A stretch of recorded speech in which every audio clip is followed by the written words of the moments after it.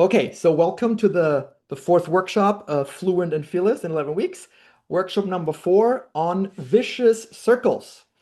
And let's see what this is about. Last week we spoke about resilience, and we were talking about what resilience means in the context of language learning, in the context of living in Germany and learning German at the same time, and the specific challenges that brings. And I said we're going to talk about two more aspects of resilience today. And just to refresh your memory a little bit, those two those two aspects of resilience, where the first one is the ability to anticipate and to avoid experiences that could result in unpleasant emotional states. So anticipate and avoid. And the second is to understand and reframe unpleasant experiences during or after they have occurred, in order to prevent them from becoming a long-term liability, especially if we keep collecting those unpleasant experiences. And in order to do this, and in order to achieve these goals of being able to avoid and to reframe, there's two models, two communication psychology models I want to get into that I have to say, when I first read about them, I thought it was really cool. That was a couple of years ago when I did my training as a mediator. I learned about these things. It is a very, this is the first time in this course that I will referring to something that is exclusively in German. All the literature that we're going to use today is not translated. Everything I'll do is like the original is in, it comes from Germany, and it's mostly like out of Hamburg. There's a they have a really good school of communication psychology there, and so those books have never been translated, at least not to my knowledge. And so we're going to look at two models. And the first model is the communication square, it's called. And the second model is the vicious circle. I think you're all familiar with this, like the word, the concept of a vicious circle. Um, but we'll put a little bit more life into this. There's like all kinds of different aspects how this works, and you will see we get into this. I find this really fascinating. I found this extremely fascinating as a mediator. Um, when we talk about like a vicious circle between two people and how that works and what can be done about that. That is also a part that we're going to look at today. Um, I don't know how many of you have read the essay that I recommend reading, the one on my website. Has anyone read it? Everyone? Like, can you just give me like a little, maybe like a little thumbs up if you have read it?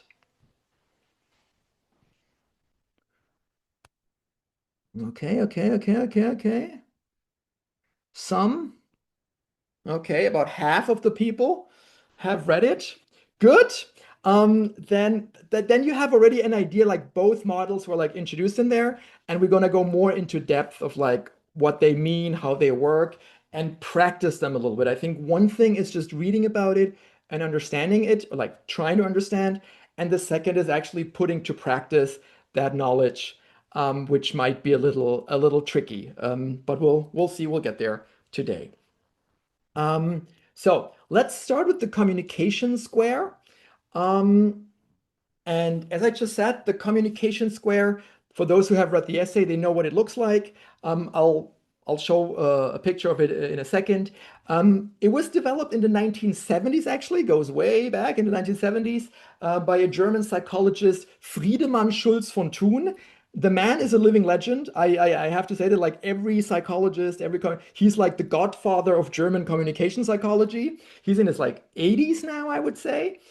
He has like his own institute, and like he does a lot of trainings, and he's like a big deal in like the whole mediation scene. And originally, the concept was developed to explain why misunderstandings and conflicts arise, even though people think, well, it's pretty clear what I said. And they kind of showed that it's never clear what you say, and we can prove why. Um, And the core idea of the communication square, as the idea of a square says, it's not a triangle, it's a square. Every message contains at minimum four simultaneous layers. And miscommunication often occur because the sender and the receiver focus on different sides, as they call them, of the same message. That's basically how you can scientifically explain misunderstandings. People just having different, and they always there. Those four sides are in every message. And a message doesn't have to be something you say, it can also be a gesture. So it's always, it's just a communication action. Um, and for conflict management, and we were talking about resilience. So when we're talking about resilience, we're always talking about potential conflict, unpleasant experiences. So we have to manage those conflicts. And so in conflict management, this model helps to slow down a little bit the escalation and distinguish factual content from relationship dynamics. Um, and for our purposes, it is especially important because it provides a foundation for better understanding vicious circles. So we'll have a look at those two and we'll combine them because I think only when you combine them, they actually make much more sense and then they have much more power together, those two models. And so when we use them together, this shows how self-referential interpretations, particularly on the relationship or appeal level, can trigger emotional reactions that create and reinforce conflict patterns over time. That's really important for us. It's like what this basically means is like you hear something and then you make your own version of the truth. And very often we don't question that version of the truth. We just assume this to be correct. Yeah. And then we just refer to something that we believe is true, but the other person not, and we're creating our own reality. And this model helps us to actually question that own reality. Um, if you've read the essay, this goes actually back, little gossip of an Israeli student of mine who was convinced, and I'm not kidding, he was convinced that German baristas were conspiring against him because they didn't want him to learn German. He was always ordering in German and they would never talk back in German and he was convinced there was some sort of conspiracy going on. And that's what I mean by like creating your own reality. So yeah, let's see how that goes. Okay, what are the four sides of a message? It's very simple. We have the factual level, like just what are the facts that a person states. This is about information, data, facts, everything that is observable. Um, so it can be assessed as true or false, relevant or relevant, sufficient or insufficient. On the other side, we have the relationship level. Yeah. Um, this is about how the speaker relates to the receiver of the message and what they think of them. And those parts are like not only conveyed by wording, but also by like the tone of your voice, by facial expressions, body language, everything. That's also in there. That's mostly in the relationship level. That's like the basis of the message. Then we have the self-revelation part, which is the famous line of when you point at somebody else, there's always three fingers pointing back at yourself. Maybe you heard that phrase before. This is also true with communication. When you say something to someone, you always revealing something about yourself. So that is called the self-revelation level of the message. And the fourth one is the appeal level. When I say something to someone, very, very often there is what I want that person to do or think or believe or not to do. There's always an aspect of influencing other person's actions. Those are the field levels, and we'll see them in a little bit in color very soon. And now it's time for me to show my screen. Wait a second. How does this go?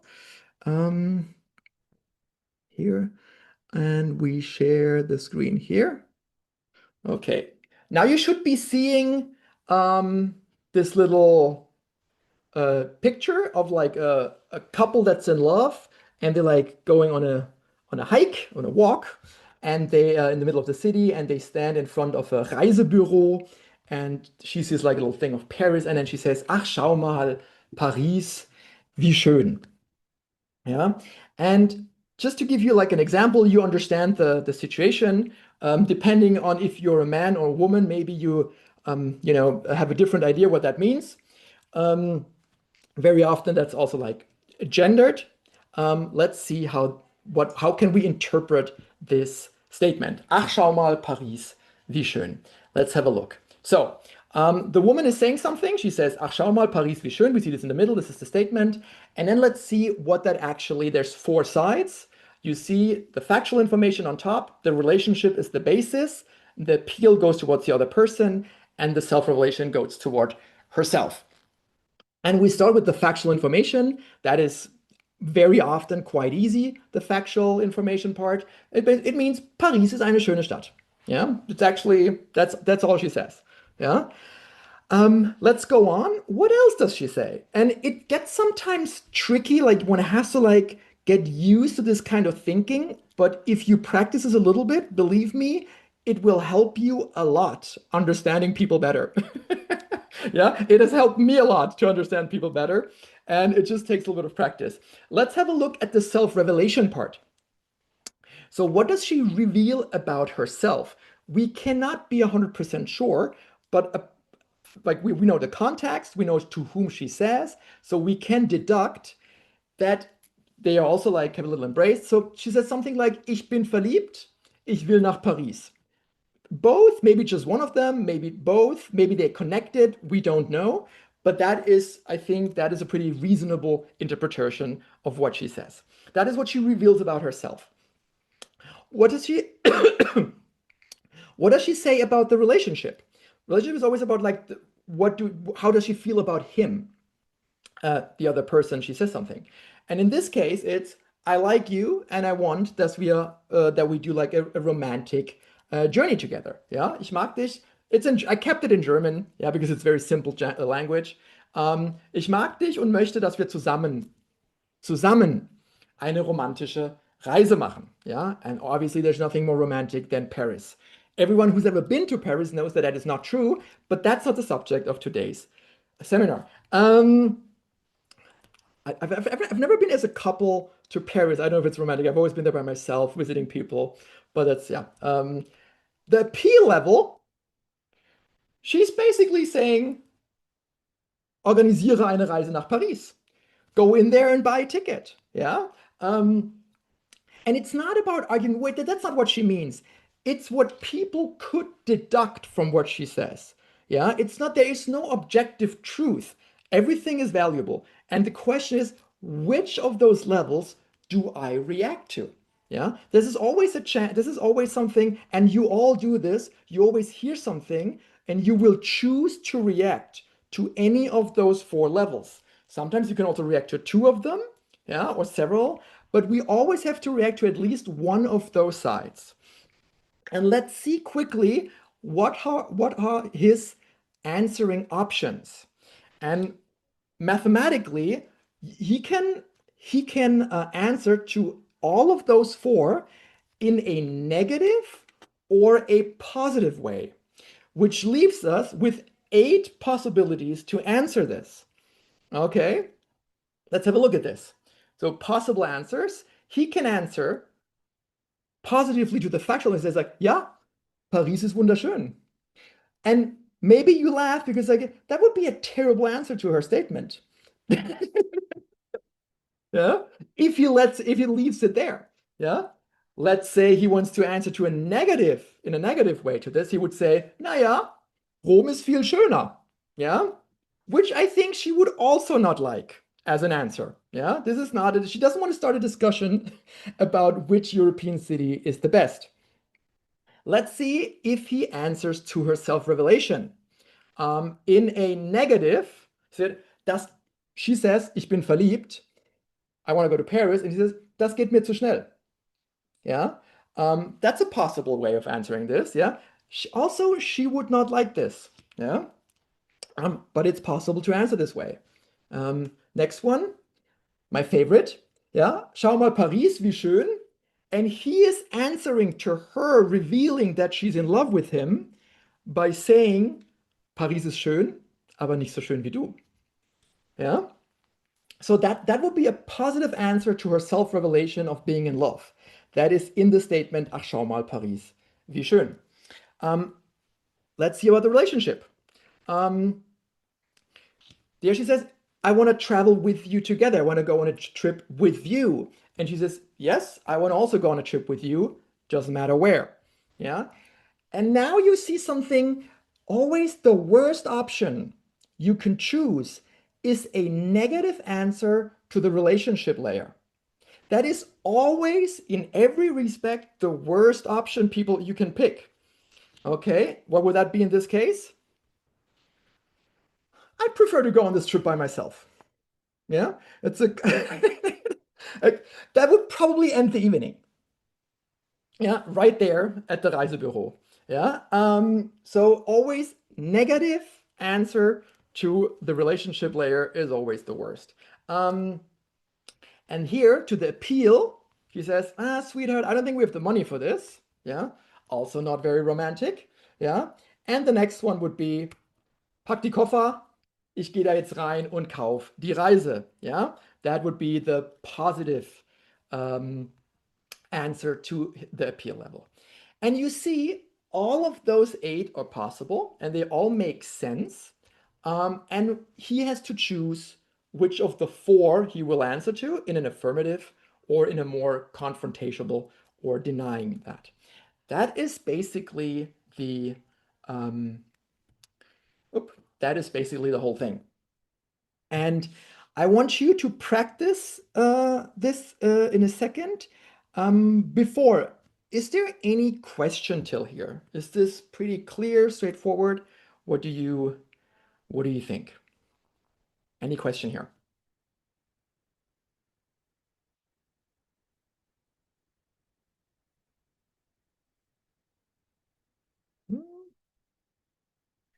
I will send you the PDF in a second.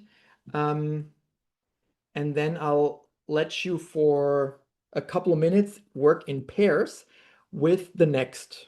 Because now they're driving home and the following situation happens. They're driving home and he says, Du, da vorne ist grün. Yeah, the traffic light is green. And she answers, Fährst du oder fahre ich? And it's in a in a very ironic, I created this image with ChatGPT, and I don't know if you've noticed, but there's always the four tongues and the four ears. And you see, like he has the blue, the green, the yellow, and the red tongue. But with her, and I don't know why ChatGPT did this, he like forgot the blue ear, which is the factual ear.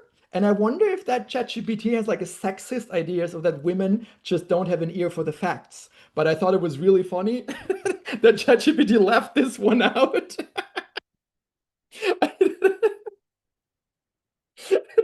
So I left it. I thought it was a really funny coincidence, so I left it in there. Um, Anyways, so the question is, fährst du oder fahre ich? And we'll analyze this situation now.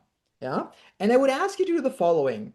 Um, in groups of two, what could the man on the left, what could the man mean on each of the four levels when he says, Du, da vorne ist grün? Yeah. What could he mean by that? What are the four on the four sides? Obviously, on a factual level, he says that the traffic light is green. Yeah, that's not the difficult part. The more difficult part is like, what does he mean on the other levels? Um, to which level is the woman responding to? And why do you think she reacts in this way? Yeah, that's also the next question. And then the third question, Moni, is there a question? Yeah. Hi, regarding the first question, Mhm. I always hear that every time that I talk to a man, he says that we don't complicate things and we just think factual and at one thing at a moment. So is it actually something that we can discuss in four ways, or is it only the factual side? Well, as I said, it's always four sides. The problem is, and you're absolutely right, and this probably has gotten better over the last couple of decades, but men generally think they only communicate on a factual level. They are much less in tune with the relationship level layer, much less. And we'll talk about it a little bit more, but basically, very often, and you see this, for example, in couple therapy. Too bad our friend who's participating here, couple therapist, is not here today. But men have a very good ear for like facts and appeals. Like men very often think they have to do something. You maybe know this. So men have a very big ear for like facts and appeals, and women tend to have a much bigger ear for self-revelation and relationship. And that very often creates certain misunderstanding in heterosexual relationships. Um, that's at least what mediation couple therapy says. I don't know how accurate that is, but you're right. That's a common misunderstanding. It's like the focus on different layers, and especially men who think, oh, I only communicate on the factual level, which of course they don't. Yeah. Yeah, It's ridiculous to say, no, I only communicate on the factual level. No, you don't. Yeah. true. Yeah. Yeah. And the third question is, so the first one we said, okay, what does he say on like those four levels? And then which level is she responding to? And then the next one is, what could she respond to? What would be a better response? Like when she responded to another layer, what would that feel like?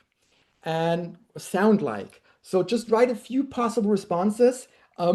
First, fill this out. The Ampel ist grün. What does it mean on the self-revelation side, on the relationship side, and on the peel side? And then just go here and put in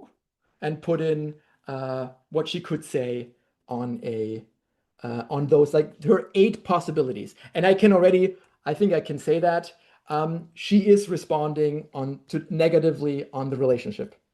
Yeah, that's her statement. Fährst du oder fahre ich? I think I can give you that one. Yeah. Okay. I'll put the hang on a second. Let me stop the recording. Uh, let's see. Are there any? Let's go to the. Hang on. Let me share my screen and we'll type it in together. Let's see what they could say. So the man, du da vorne ist grün. What does he reveal about himself?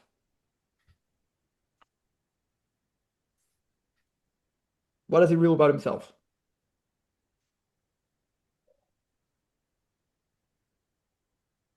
Either that maybe he's in a hurry, he wants to get Okay. going, Ich Yeah, habe es he's eilig. or impatient for some reason. Ja, he's impatient. Ich habe es eilig. Yeah. or he wants to show off that he's attentive. He's like, I'm a good driver, I'm attentive on the road. Okay, ich bin eine aufmerksame Person. He could also say that. He just wants to say, listen, I'm somebody who pays attention to what's going on in the world. Or the other, he is in a hurry. Ich habe es eilig. Okay, that's what he says about himself. Very important, whenever you make a statement about the other person, for example, I'm a better driver than you, that is not self-revelation. That says something about the relationship. Yeah? Which leads us to the relationship. I just said it already. Yeah, one possibility. Ich bin ein besserer Fahrer als du. Ja, das wäre zum Beispiel, that would be a possibility, like how this could be interpreted. Yeah, I'm a more attentive driver. Yeah, I'm a better driver. Yeah, and on an appeal level, what does he want her to do? Yeah, Los geht's zu Hause. fahr los. Very, very easy. Fahr los. That's all he wants her to do. Yeah. So those are the three things. Ich habe es eilig, ich bin ein besserer Fahrer als du, fahr los. And factual level, die Ampel ist grün. Okay, what does she answer to?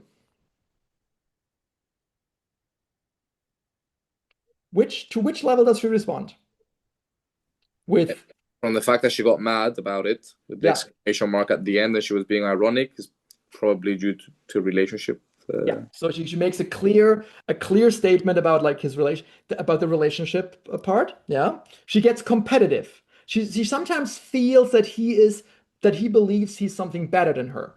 Yeah, that is what she believes. Yeah, so we'll go to the next one. Also, so the negative response to the relational verbal would be fährst du oder fahre ich? Yeah, she gets feisty. Okay, what else could she say? You can pick anyone. Any of the other seven. What else could she say? Yes, it's green and we're going now. Okay, positive. I think Ja, that would be factual. Yeah. that would be a factual statement. Yeah, if she says, ja, es ist grün. Es ist in der Tat grün. That would be a very, okay, yeah. What would be the negative one?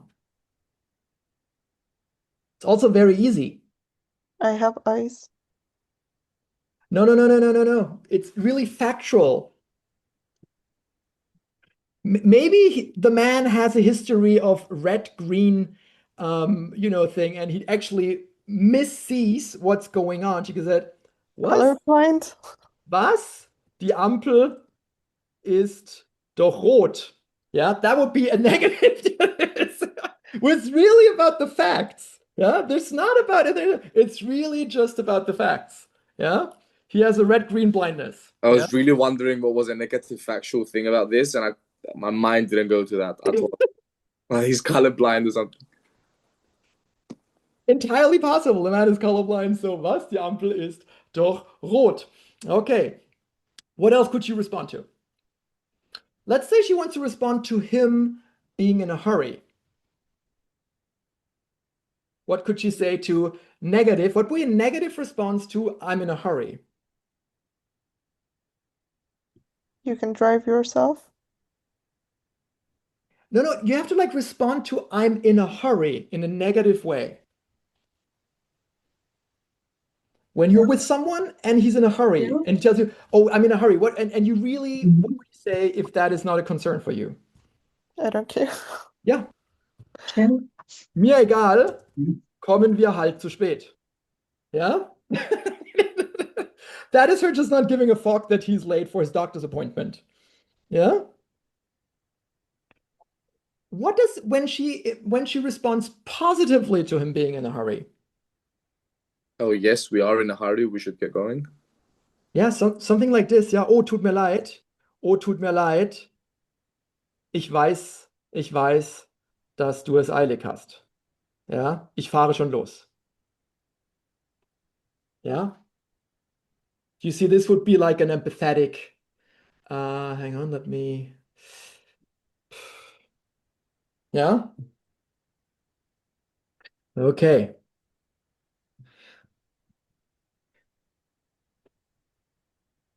What would be like a positive relationship answer? Maybe thank you for taking care. Yeah. I will speed up. No, I don't speed up, but let's say danke. Danke für deine Aufmerksamkeit. Wir sind ein gutes Team. Ja?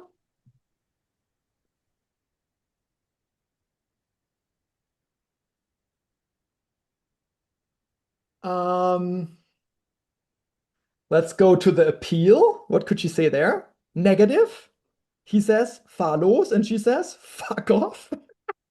Yeah, she's like, nope. Fahr los. Und sagt, nein, wir warten hier noch eine Runde. Yeah, we'll wait another round. Yeah? Or positive. No? What could she say here? Ich fahr ja schon. Okay, when you have a look at this, which options do you think are the best?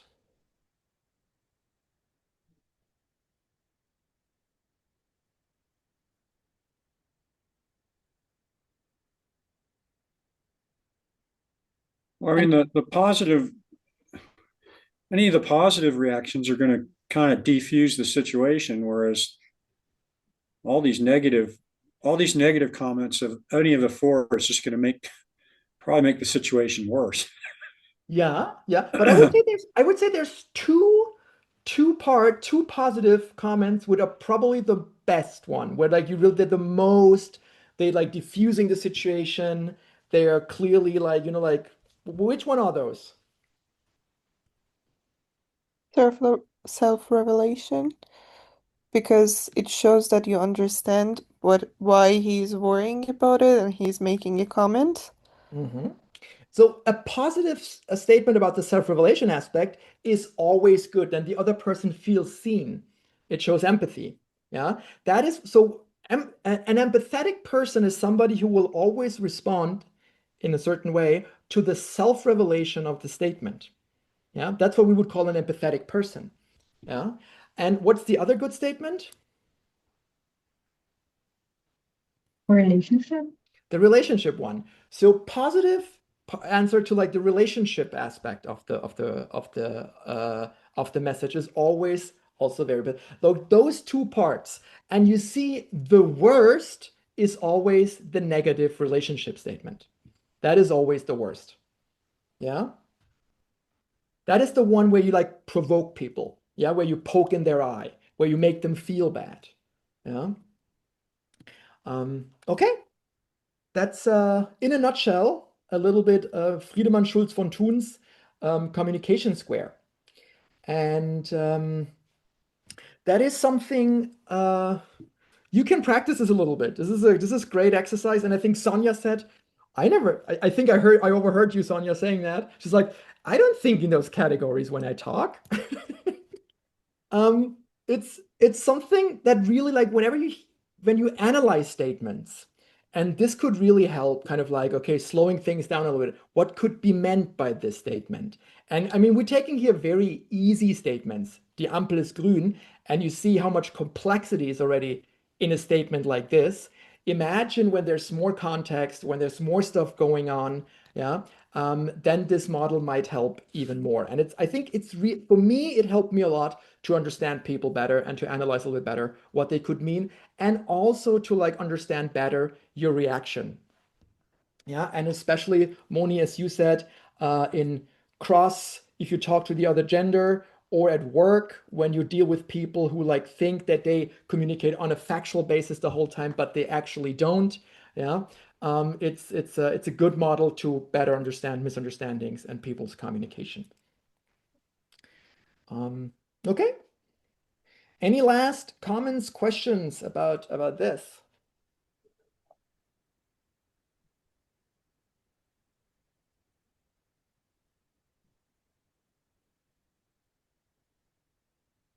If you want to do some more reading on this, you can also there's like a pretty big Wikipedia thing on called the Communication Square. You can read up on this. As I said, the books on this are all in German. That's probably a little tough for you guys to read. But yeah, this is a very, very famous model. Okay, then I would say let's go back to or let's take the next step. That was the first part, the communication square, and now we want to put this to use a little bit more and get to let me a second and get to the vicious circles. I think all of you are familiar with this concept, and at least you think you are. And now we get a little bit deeper into this idea of the vicious circle. A vicious circle, for definition, is a self-reinforcing chain of events in which each reaction strengthens the next, leading to increasingly negative outcomes. Once established, the cycle tends to continue until it's interrupted by a conscious or external intervention. That is usually what a vicious circle is. Let's dive a little more into it. For our purposes, it makes sense to distinguish at least 3 types of vicious circles, depending on how many people are involved. And we have basically one The intrapersonal vicious circle, that is a self-reinforcing loop that unfolds within one person, where thoughts, emotions, and inner reactions continuously strengthen each other. We have seen this one 2 weeks ago when we were talking about the cycle of perfectionism. You remember this? We had like a 7-step cycle of perfectionism. That was an intrapersonal vicious circle where like you have certain thoughts, they trigger emotions, those emotions trigger thoughts, then they have like high standards and this and that, and so it goes, reinforcing the shame that was the very beginning of the circle. This is the kind of vicious circle we do not get into today. Not at all. We don't care about those. Yeah. But that's the one, since we spoke about it 2 weeks ago, I wanted to mention it. Intrapersonal vicious circle. The next one is what they call a dyadic vicious circle. In German, it's dyadisch.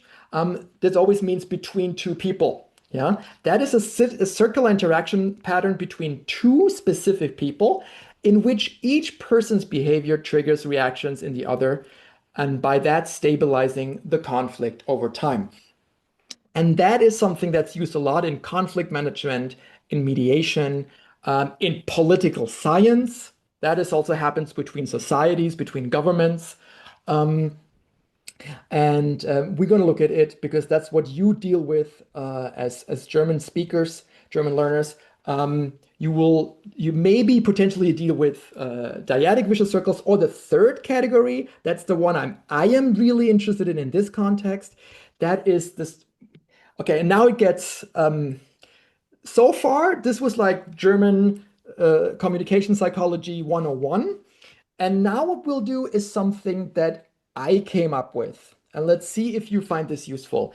And I've noticed, and we'll talk a little more about this later, but I've noticed that people sometimes would tell me certain stories. You know, I've been teaching German in Berlin for 7 years, and I've met a lot of people. I've had hundreds of students, and people told me sometimes stories, and it was always stories about like getting really frustrated and feeling terrible and always getting into the same situations with different people. But they would get into like certain patterns, into vicious circles, but not with one other person, but with like other people. And I mentioned the guy, the Eddie character in the essay. That was like an example for a transpersonal vicious circle. A recurring pattern that repeats across similar social situations, but with different interaction partners. Yeah, but the underlying dynamic remains the same. And obviously, there's little different rules for this, but that is something I have observed. I've heard the story many times, and there was something I was like, "Wait, there's something there." And those transpersonal vicious circles are the ones I want to get into today a little bit more. Before we do this, I want to just make some comments about vicious circles or dyadic. We saw with like dyadic vicious circles. 6 observations, 6 theses about those vicious circles. Number 1, people get into them for a lack of systemic overview. People very often don't understand that they are in the vicious cycle or circle. Yeah. And everyone reacts, or everyone experiences themselves not as an actor, but as somebody who reacts to other people. And so people tend to see themselves as the victim and not as a contributor. Number one issue in conflicts, in many conflicts that you have probably experienced in your life, the number one problem is people don't see that they are part of the problem. We'll always say, but the other person said this and the other people did this, and I'm only reacting. Part number 1, yeah, lack of systemic overview. Number 2, once you are in a vicious circle like this, very often you have a false theory of change. Since you assume that the other person is the cause of the problem, so you believe that the other person must change. Since depending on your personality style, you will believe that I don't make mistakes. I'm a solid person. It's the other person who has to change. Yeah. And obviously, this conviction of the other person has to do something is what fuels the conflict. The third is hope as a stabilizing factor. What happens very often once you're like in a vicious circle like this with a partner, with a family member, with a friend, what happens is that common strategies such as like, I don't know, good intentions, willpower, self-control, hope for improvement, very often they do not break the cycle, but they become a part of the problem because they delay clarification of what is going on by like downplaying what is happening. Yeah, by like being conflict avoidant, by just like, no, it'll get better, it'll get better. And then you're not really doing anything about it. That is actually then part of a problem. So hope as a stabilizing factor. The next problem, unfortunately, very often insight into what is going on is not necessarily enough to change or to break the vicious circle. Yeah. Very often, conscious counter efforts are insufficient to interrupt the emotional and relational automatism. Number 5, there's a self-reinforcing dynamic. Once established, vicious circles develop their own momentum. Last week we were talking about those spirals. Yeah. Here now we have it also with like it usually spirals down, and they tend to escalate more and more and more, or they freeze on a certain level. But they don't get usually better if we don't do anything. Yeah. So those automated emotional reactions drive the cycle almost independently of our conscious intentions.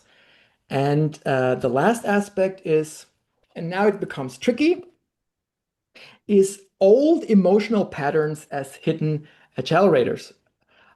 So unresolved childhood emotions or like other aspects that are actually not part of this situation of this current conflict, they actually also mean something in that moment.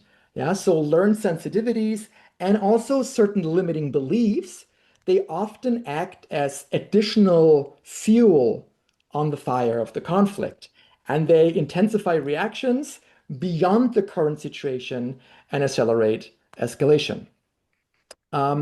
This is in German, we call this Zusatzmotor, the additional engine, the additional accelerator.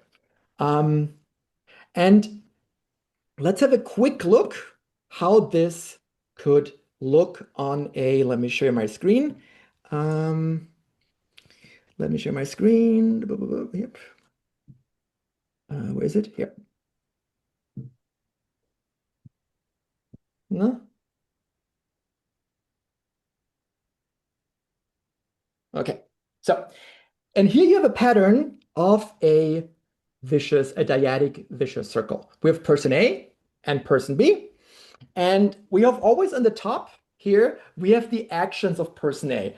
And later, when we get more into into the other vicious circles, you will always see this is where I always let it begin. Yeah, we always let it begin at the actions of person A. What do they do? And then we go, the blue arrow points to the feeling of person B. Yeah, when I act, I will always there will always like you have always an emotional reaction on the other side. That's feelings of person B. Yeah, and then we have on the top right we have the hidden additional accelerators of person B that reinforce their feelings. Yeah, and then eventually will push them to a certain action, to a certain behavior. Yeah. So action of person A creates feelings in person B. Those feelings, in addition with their personal accelerators, then leads to a certain behavior, a certain action. That then will lead to the other person, to person A, feeling in a certain way. Those feelings themselves are also reinforced by certain additional accelerators of person B, and then they will lead again to a certain behavior where the vicious circle started. And in mediation, in couple therapy, very often what you do is you show people the vicious circles they are in. And very often we use something like this to make clear for people what their cycle is. And if you are in a relationship, very often you have certain toxic, vicious circles like this going that very often you're not fully aware of. Yeah, that is, in a nutshell, the idea, the model of the dyadic vicious circle. Do you guys have any questions still here?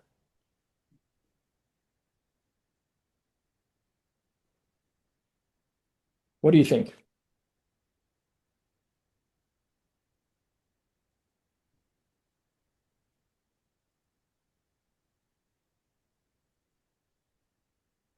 Ingo, Yeah. on the bottom left, hidden additional accelerator of person A, no? Oh, It's yeah, written you're right. person Yeah, B. it should be person A. Thank you.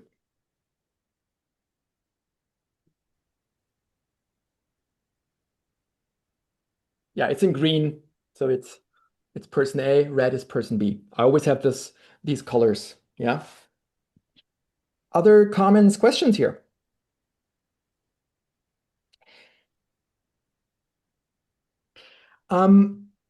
Before I let you work with this a little bit, I want to give you an example of this.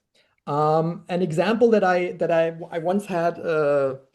She wasn't really a student. She was somebody I knew, and she basically told me a story, and from that I deducted a certain situation. Let's have a look. And it's about, maybe you know the situation, correcting other people. Yeah, when you're correcting somebody else's language. Okay, we start again with the communication square to just like see, okay, what does it actually mean when we correct someone? Yeah, what does it say about me, or what is the message I can bring across when I correct someone? And let's say, okay, on a factual information, you just say things have to be correct. It's just like factual. It's not das Fenster. It's not der Fenster. It's das Fenster. That's just the factual information. That's just how it is. Yeah. And that is, you can ignore this. This is basically attributed to like a controlling or distancing style. Just, we don't get into this right now. On a self-revelation, it means, look, what a smart person I am. I know what the correct form is. Yeah, that is what I tell when I correct somebody else, what it says about me. Look how smart I am. I know this. On a relationship level, it means I want to support you so that you can improve. Yeah, I'm helping you. Yeah, I'm improving you for you to get better. Yeah, that is what correcting somebody means on that level. And as an appeal to correct somebody, yeah, it could mean the "you're stupid" is optional. Yeah, but it could mean just learn more, study, yeah, do something about not making this mistake again. Yeah, and that would be then depending on how you frame it, that would be like a pretty aggressive or devaluing style. So we have to remember this. Those are the four possibilities that when we get corrected from somebody, we can choose one of those. Possibilities. And I'll tell you a story. Hang on, let me stop sharing the screen. I actually want to tell you a story of when I was a student. This was in 2002, 2003 in the winter, my first semester at university, and I had just moved from southern Germany to Berlin. And I went to see my professor in political science, and I went to see him to his office. And when I entered the office, I said, "Oh, hello, what's his name? Löcherbach. Hallo, Professor Löcherbach," I said. "Ich bin hier wegen dem Thema für die Hausarbeit." Okay.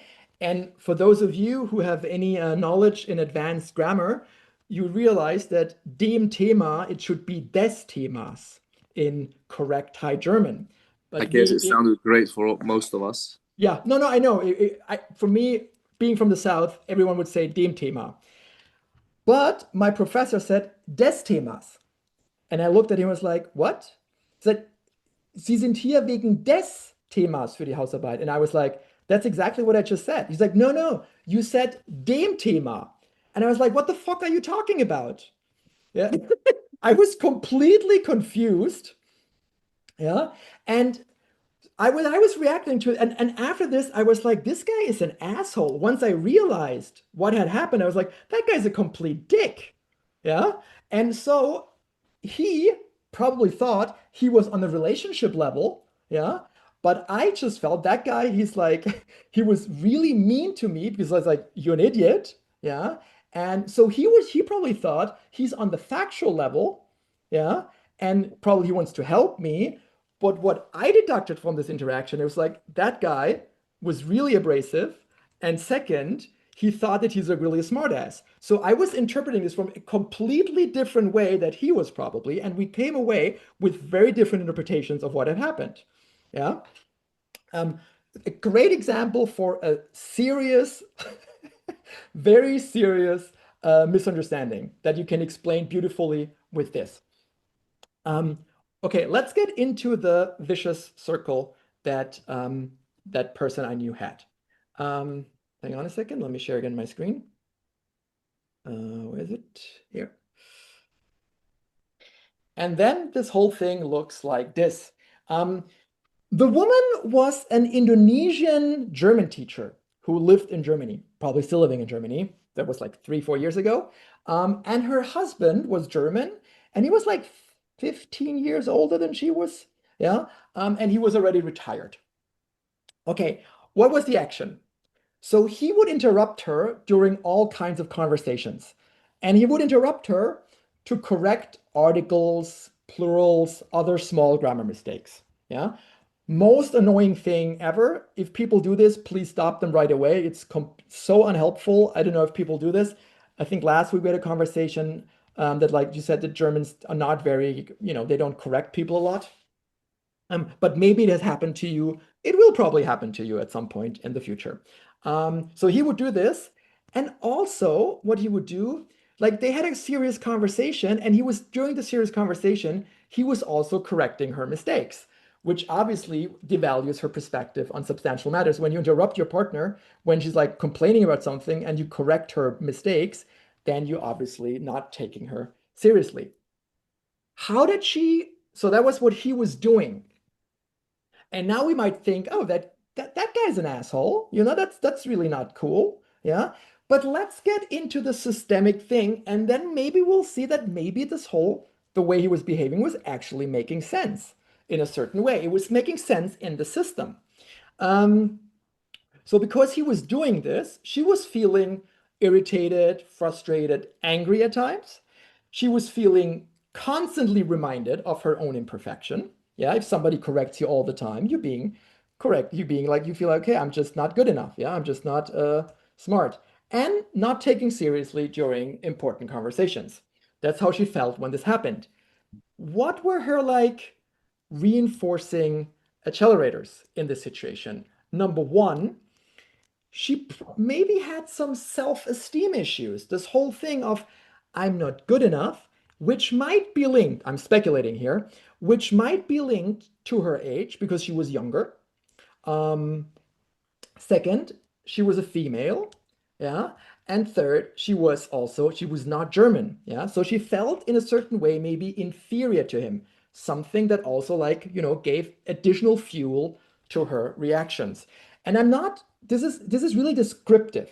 Yeah. I don't want to blame anyone or like judge anyone. This is just like, what is going on here? What kind of dynamic do we have going on here? And also, because I'm a German teacher, my German needs to be perfect. Hence, I need to be perfect. I need to be corrected and improved. Yeah. So she was it was important for her to be good, to speak well. So we have her feelings, and we have those things that reinforce her feelings. How does she behave now? Well, she often feels that's what she told me. Yeah, I talked to her. She felt often insecure when talking to him. Yeah, she wanted to be perfect, and she was afraid of getting corrected, so she feels insecure.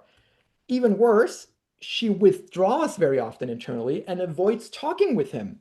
She was telling me very often she doesn't feel like talking to him because he always corrects her. Next one, when she was in a good mood, she ignored them. She just like pretended they never happened. Yeah, which obviously also is difficult to do.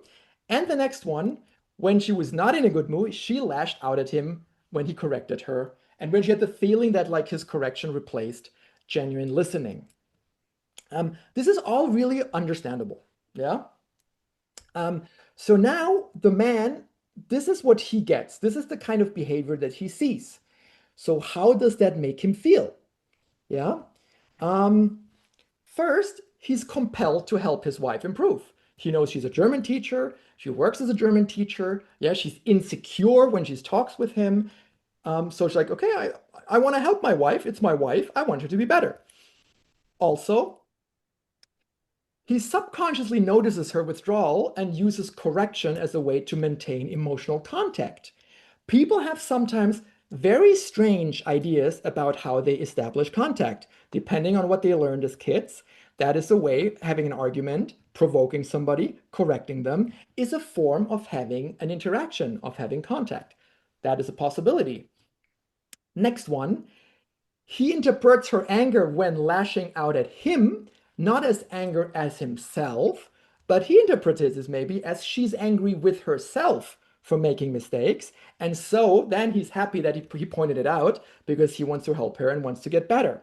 Yeah. So she doesn't get mad at him, but he believes she get mad at herself with her own imperfections.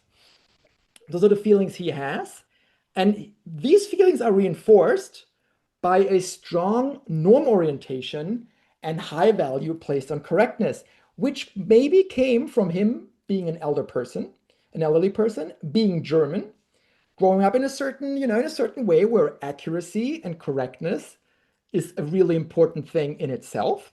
Yeah. A very anal character, we could say. Yeah, depending on how he was raised. And now it gets even more interesting. A fragile self-esteem also, where he kind of says, since I've retired, I don't really feel needed in the world. And correcting my wife makes me feel useful and powerful. Yeah. So this accelerates his feelings of want to help her, subconsciously notices withdrawal and interpreting her anger in a different way. And that then leads him to interrupting her during all kinds of conversations. And you see, if you look at like a systemic view, what you originally believes is maybe not a really nice behavior, in a certain way makes sense.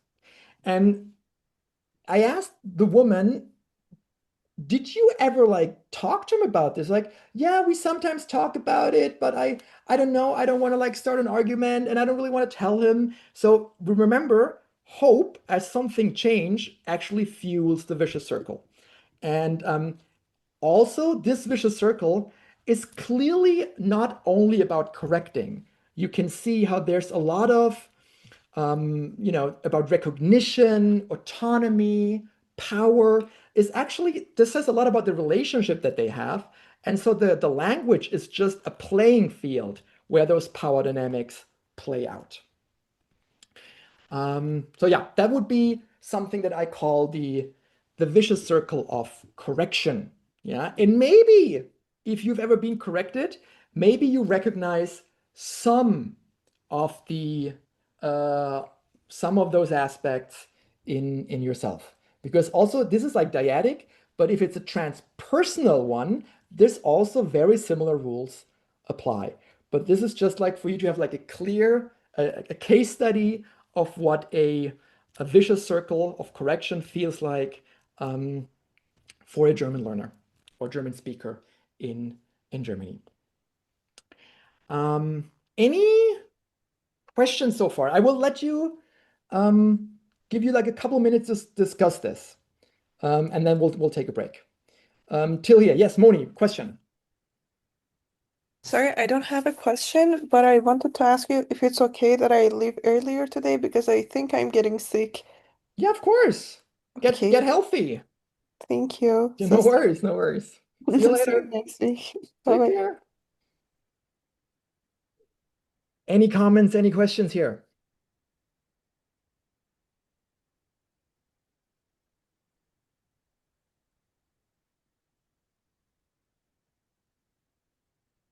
Then I'll give you a couple of minutes to discuss this in groups, okay?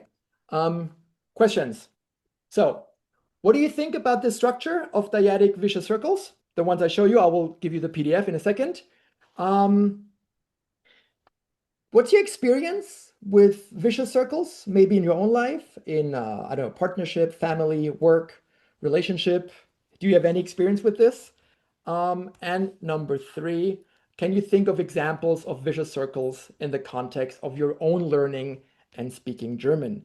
Has there anything comes to mind in that respect? And let me send you the PDF in the chat. Okay, hang on, let me. Okay, so typical signs of being in a vicious circle. Number one, the same pattern keeps repeating, sometimes with the same person, sometimes with different people. Yeah. So when something keeps happening, maybe you are in a vicious circle, and maybe the other people are not to blame. Maybe something that's you do that keeps getting you into those situations. Next one, you overreact. You have a small interaction, and because you've been it repeatedly, yeah, over the same person, this triggers a disproportionately strong emotional reaction. Yeah. That could also mean you are in a vicious circle, like our friend Eddie, who really at some point believed that everyone was out there, getting him, and nobody wanted to help him. He got like more, he got every time it happened, he overreacted.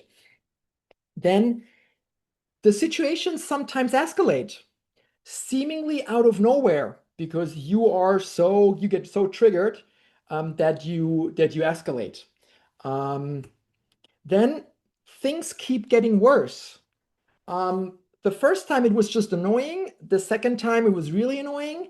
At some point, what once felt manageable now feels more emotional draining every single time it happens. Yeah. Again, our friend Eddie, the first time somebody switched a language and he didn't care. When this happens for the 50th time, he gets really, really upset. Then everything is framed as a reaction to others. So that you always believe the other person or the other people are responsible for the situation. The next one, that is a very common thing. Very often, people trace something back to a specific experience. You say, that is when it started. That was the first time this happens. When you remember something like this, and there's like other instances, but you trace it back to this one thing, then you can say this is the beginning of a vicious circle. The next sign is every time it happens, you feel frustrated, depressed, and even hopeless. Yeah. Or really angry. That can also, angry is hopeless in a different style. And the last and worst one, you develop physical or behavioral symptoms. I talked to people who had this, who were actually in vicious circles as German speakers, who had certain physical symptoms whenever this happened. Could get a headache, chronic tension, you avoid speaking situations, and in the end, you might even withdraw socially. Those are typical signs of being in a vicious circle. And I'm telling you this again, maybe say like, I don't know, this sounds as will never happen to me. I hope it will never happen to you. I can tell you people who found themselves in those situations, they found this very disorienting. When you in something like this, it's really difficult to understand what you are in.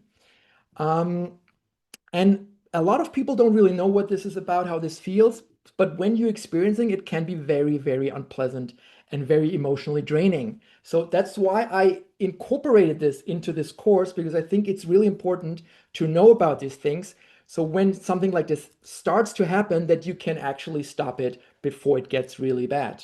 Yeah, that is my idea of resilience, knowing like the worst that could potentially happen to you and maybe how to stop it before it gets out of hand.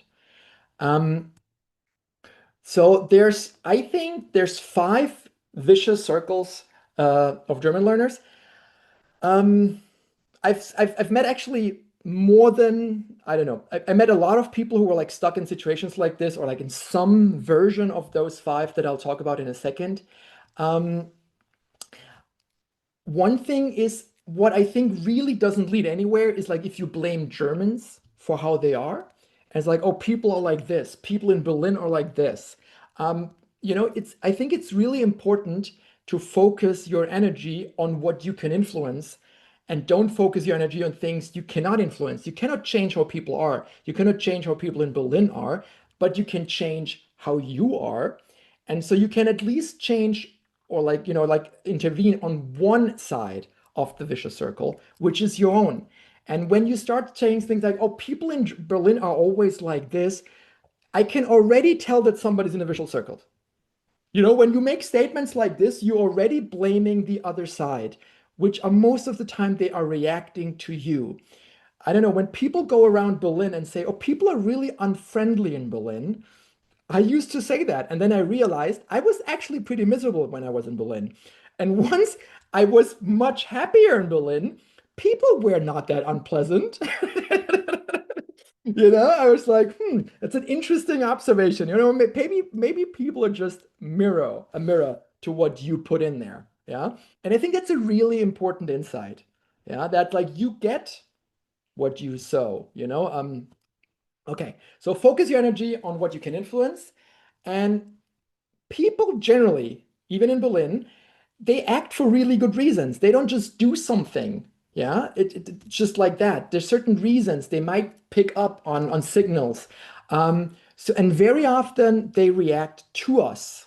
Yeah, and we don't react to them like this. It's like it's a circle. And to understand that, I think it's a real big step forward. And so we're always asking, what is my role in this recurring situation? What did I do to elicit this behavior? And so the goal is, and we get later a little bit to like what you can do is, so you don't blame people, but two things: self-responsibility, that you take responsibility for what happens and the situations you get into. There's always something you can look at, and what was my responsibility for this? And the second, to have a more systemic understanding. That means that people react to what you do, the way you look, the way you pronounce maybe something, the insecurity you give off, all kinds of things. So go from blame and like saying generic statements like Berliners are like this. You go to self-responsibility. What can I do? And systemic understanding. What did I do in order to provoke this kind of behavior?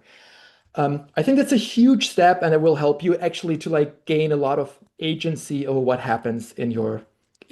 Again, this is not only about German learning. This is true for everything in the life. Whatever happens to you, yeah, it's look for what. Don't blame others. Like, look what you. Always this like thing when you point with one finger at others, there's always 3 fingers pointing back at yourself. Okay, so there's 5 transpersonal vicious circles that I have identified over the last couple of years that people kept telling me about. The one is, we already had it, the one of language switching.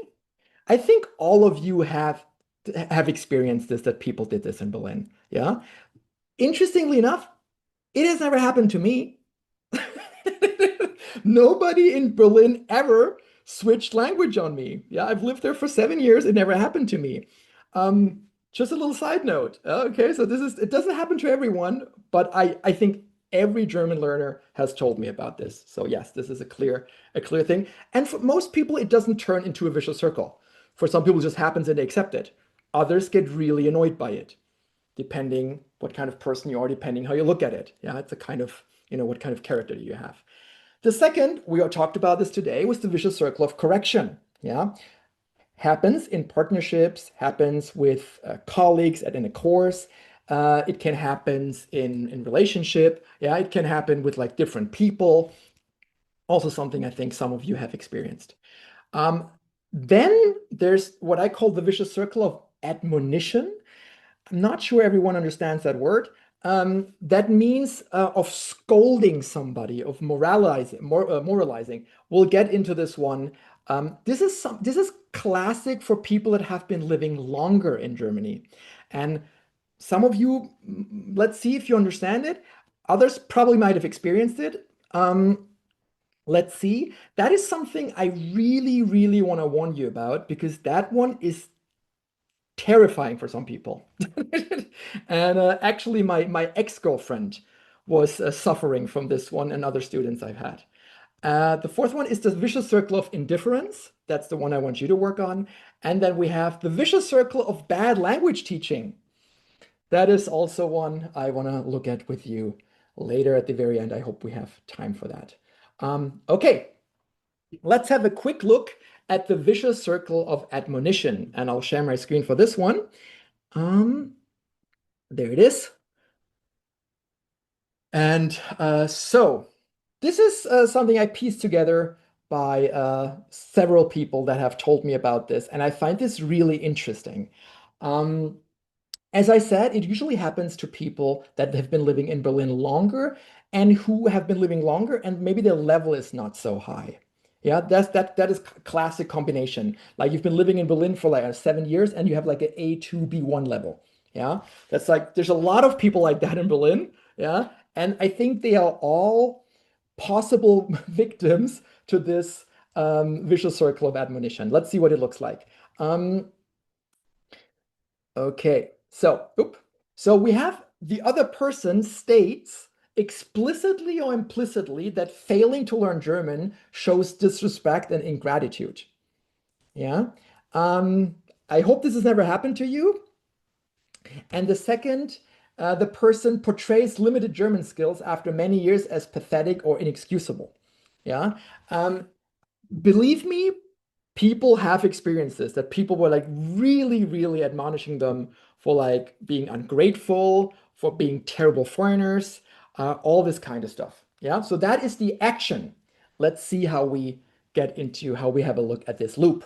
Yeah. So when this happens to you, very clearly you will feel ashamed in a certain way because you've been here for 5 years and you still don't speak the language. Yeah. So you're kind of ashamed and you feel exposed.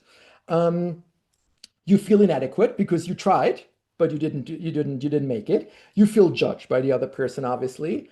You are, and that's probably the worst part, you are reminded of your own failures and shortcomings because you really tried and you spent time and money on it, but somehow it didn't work out for you. Yeah. And now this dick reminds you of something that you're actually really ashamed of.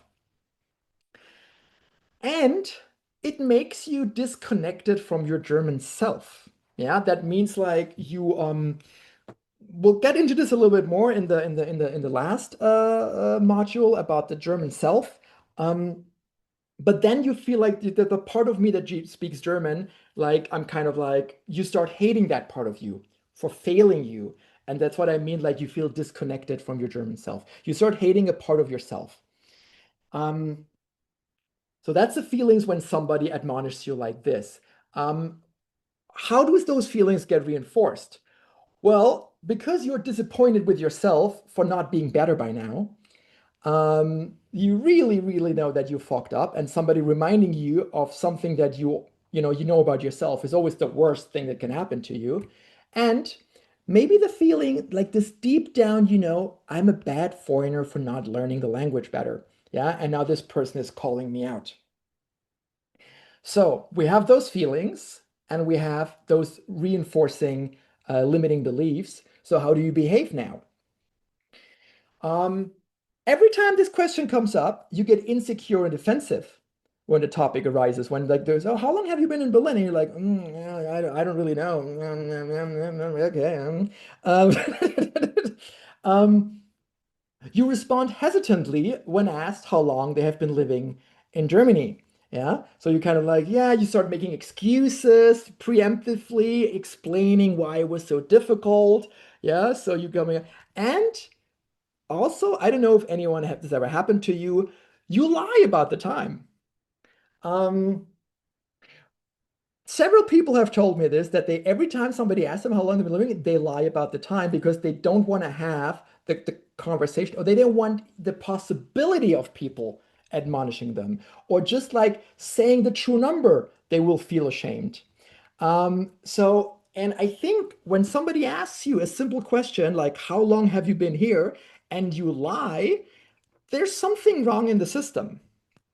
There's something really, really wrong in the system. So this is the behavior that people show. So what does it make the other person feel?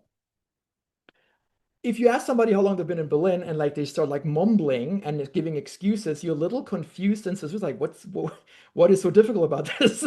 What's the problem here? Yeah.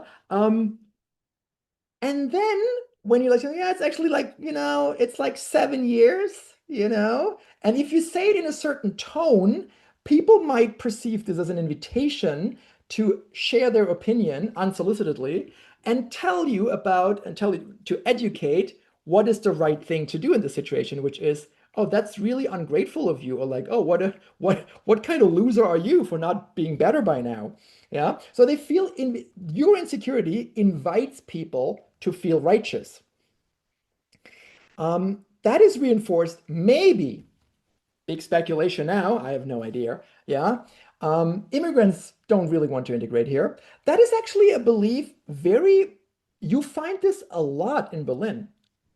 A lot of people, a lot of Germans in Berlin believe that a lot of people here in Berlin, a lot of immigrants, they don't really make an effort.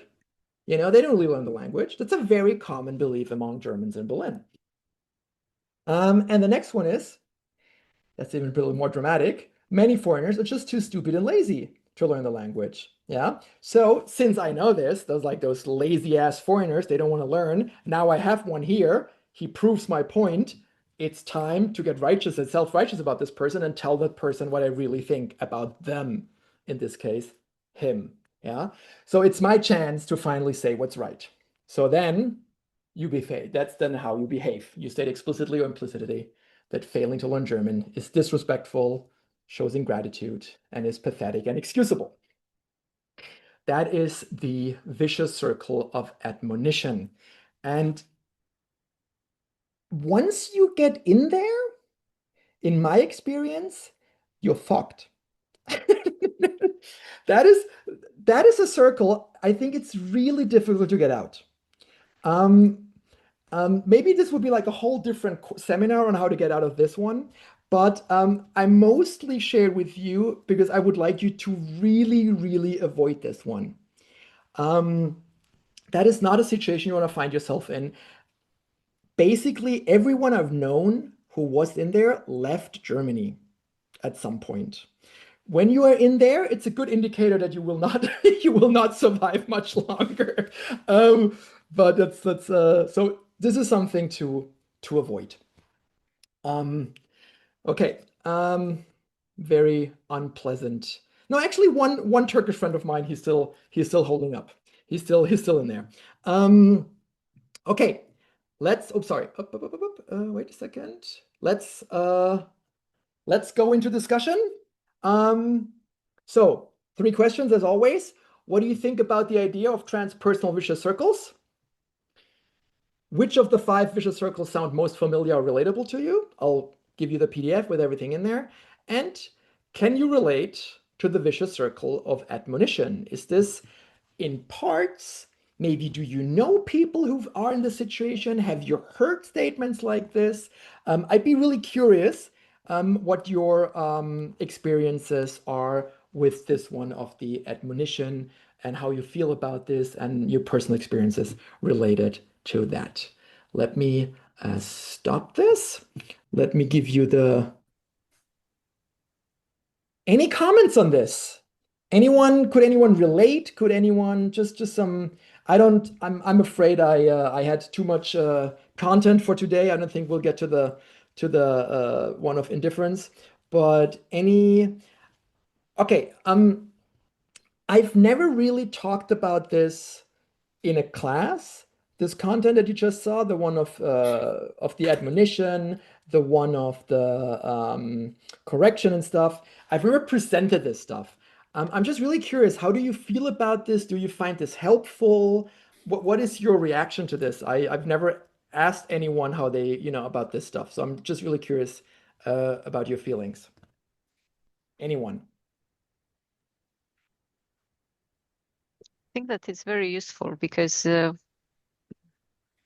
I think that with time, you experience many of these situations and you can relate to them, and seeing them from a theoretical perspective would help synthesize these cases. On the other hand, seeing other experiences from other colleagues would help as well, because you would look at them from exterior and you wouldn't be the one in the middle of the situation. So for me, it's interesting. Okay, thanks, Anna.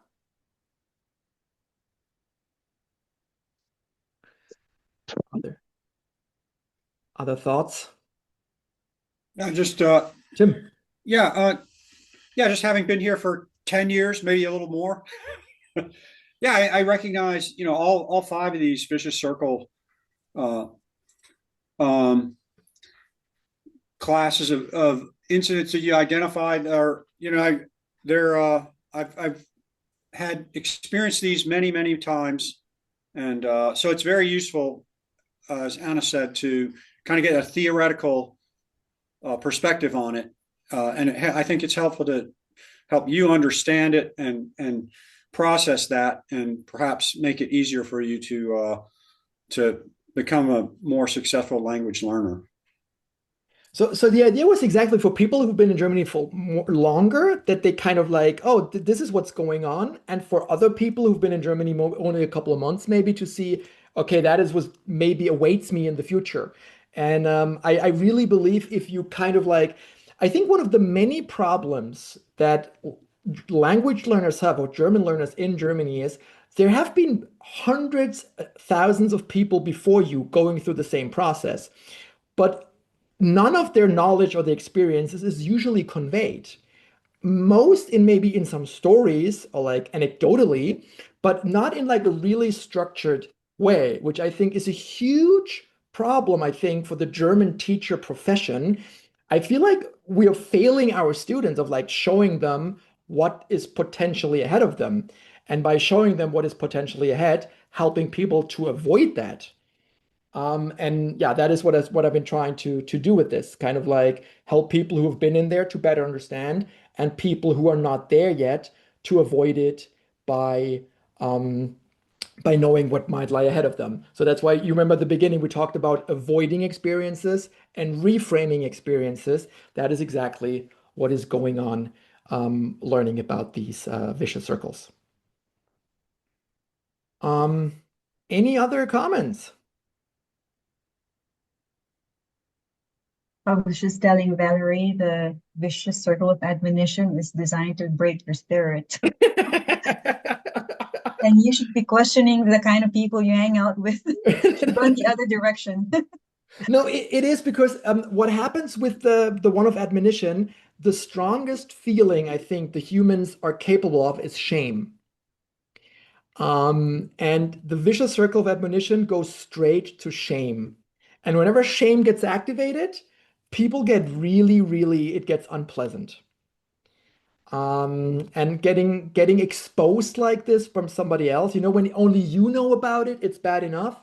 But realizing that somebody else knows about it and is seeing right through you, yeah, then it gets really painful. Yeah. And I think this is really one that is really difficult to recover from. And shame is a very strong feeling. Okay, let me just before we end, I could go on for like another hour. I find this topic really interesting. Unfortunately, I totally underestimated how much time I would talk about. Let me just say before we end, in the presentation, I will send it to you tomorrow.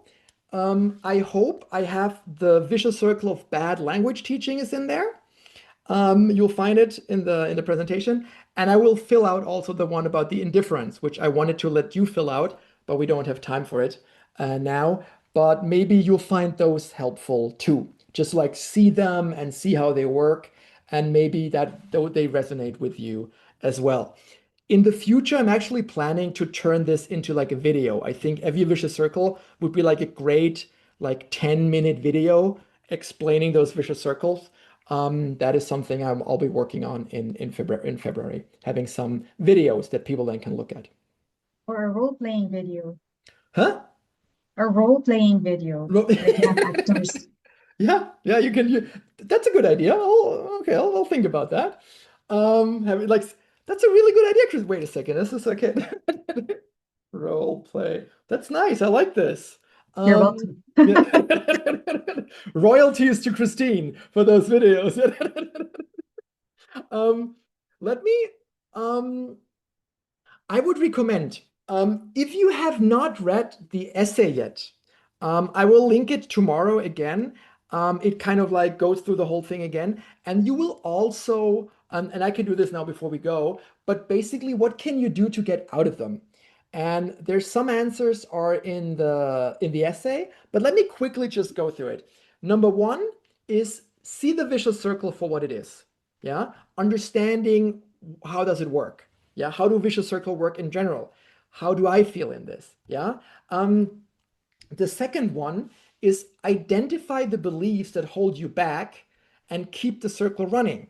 Yeah. So like, what is it actually that the baggage that I bring to the situation? What are those limiting beliefs? What is my shame based on?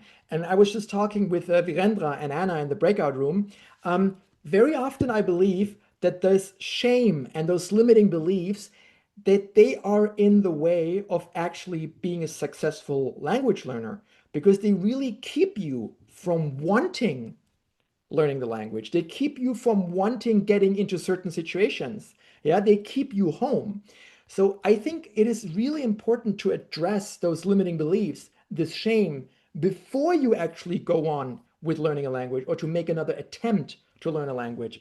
Those psychological obstacles, they can get really, really big and very sticky. And I think they warrant a special attention. Then I think it's important to reflect on past experiences and your own role within them without blaming yourself and without blaming others. For some people, it's really difficult to blame other people. For some people, it's really difficult to blame themselves. Yeah, depending on the kind of person that you are. But neither blaming yourself nor blaming others is really helpful. This is a systemic issue. Yeah, it needs two people or more. And there's a shared, like every conflict or most conflicts, there is a shared responsibility for this. However, you should take ownership of what happens to you, yeah, because only you can change it, generally. Especially in those transpersonal vicious circles, you're the only one who can do something about this because you cannot change how Germans are. However, you can change how you interact with people. Then embrace approach behavior over avoidance behavior. That is something we get into next Wednesday, yeah, when we talk about the idea of consistency and the idea of, when we get into this. Then radiate presence and confidence. That always helps. Yeah, good vibes. And show patience and leniency with other people, with the people that correct you, with the people that admonish you, with the people that stop the conversation with you, with the people that switch a language on you. Be patient and be lenient with people. Be forgiving. Again, as with German teaching, that is also good advice for life. Okay, let me very quickly, what are we going to do? Let me just, what we're going to do next week, little preview for next week. We're done with Module A. That was the first month. Was about orientation, about resilience. That was the topic of the first module. On next Wednesday, on the February 4th, we get into basic psychological needs. I give a little, the workshop is called Consistency is Key, and we talk about two different notions of what consistency means. So we're going to talk about consistency theory, about forms of inconsistency, about approach and avoidance goals, and we're going to talk about the first basic need, which is the need for orientation and purpose. And the homework is actually I will ask you to fill out a feedback questionnaire on the first month. And I want to get it from everyone. So everyone who's not here today, I will remind people. So be prepared if you not do it, getting emails from me asking you again to do it and again. Yeah. I will be very persistent on the feedback. Okay, that is it from me today. As I said before, the literature on these topics, unfortunately, are in German. Everything is in German. I have not found a book on this, on the vicious circle, on the communication square in English. If you want to read those books, if you find this interesting, I have them in German. I think they're fascinating, absolutely fascinating books. I loved those books when I read them a couple of years ago. But I understand that they're probably very difficult for most of Is you. it good B2 practice? You could try. You could try. Maybe not for the exam, but later. Okay. Maybe later. There's Let's one not get book. discouraged. One day, consider it after the exam. Okay. Okay. One thing. So we have a workshop on Wednesday, online, just like always. I'll be in Berlin already by then. And then we have the in-person workshop on the 7th. You all got an invitation. I hope everyone, the people who are in Berlin, I hope have the time. Yeah, I'm just assuming most will swing by. Does anyone already know that they're not coming? Anyone who? Yeah. Unfortunately, I will be going back to Cyprus on the 5th. I have a wedding on the 7th, so Okay. I won't be attending. Okay, sorry to hear. Anyone else who won't be able to make it? Great. Then you get an email tomorrow with all the PDFs and stuff. And I hope you. I talked a lot today.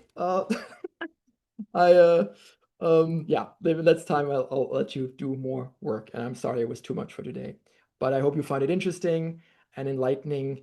And I wish you a great week and looking forward to seeing you all next Wednesday. Yeah. Have a good evening. Enjoy the rest of your week. And I'll see you guys next week. Bye-bye. Thank you.